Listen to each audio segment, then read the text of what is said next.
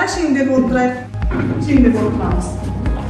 Жатпайын, ағашын отырамыз. Оқушылар сабағымызды бастамас бұрын қазір бірге психологиялық ахуалды жасаймыз.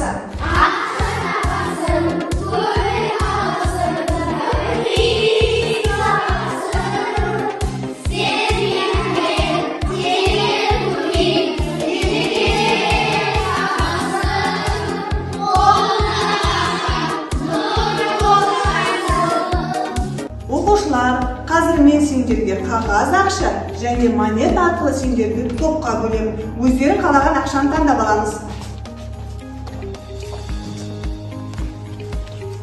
Оқушылар, бақытқа жетудің басты жолы әділетті қоғам құру. Осыны қалай түсінесіңдер?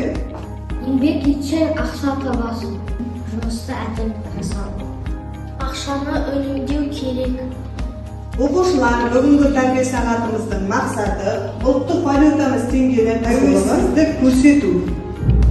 Оқушылар тақтаға назар салайық. Бүгінгі жаңа тақырыбымызды 93 жылы 15 қарашада айналымға енгізілген.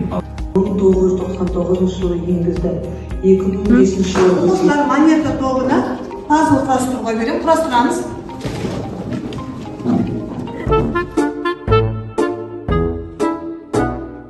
Оқушылар топтық тапсырмада белсене қатыстыңыздар. Міне меселерді бағалай бір-бірден алып аламыз. Екінші қағаз ақша тобына сендер өздері болашақта қандай ақшаны құрастыруға керек, соны сөйлеп шығамыз.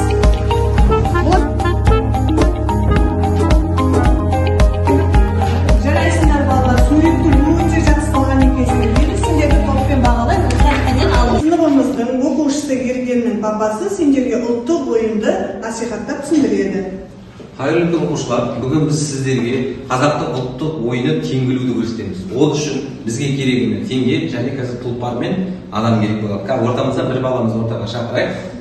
Бұл ойынның басты мақсаты ептілік керек, жүректілік керек, батырлық керек, қорықпау керексің. Ал кел тез ойында көрсетейік. Қазір мен міне тұлпардың рөлінде, сен атың Темірлан, батыр, теңгілетін палуан ретінде. Қазір сен мынаны еңкейіп ілу керексің, иә? Мен саған мүмкіндік жасаймын. Тұлпарды жүгеннің басы жібермей, тұлпарыңды иді. Жақсы ма?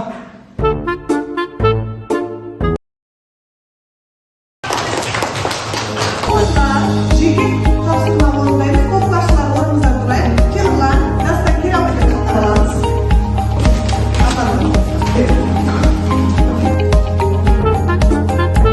Оқушылар жеке тапсырма орында болса да бағалайды. Ақыл жарайсыздар. 20 теңге. Темір пазлға 20 теңге. Және де қауіпсіздік ережесін сақтағанда самокат пен білесіздер, өзінің жүретін жолағы бар.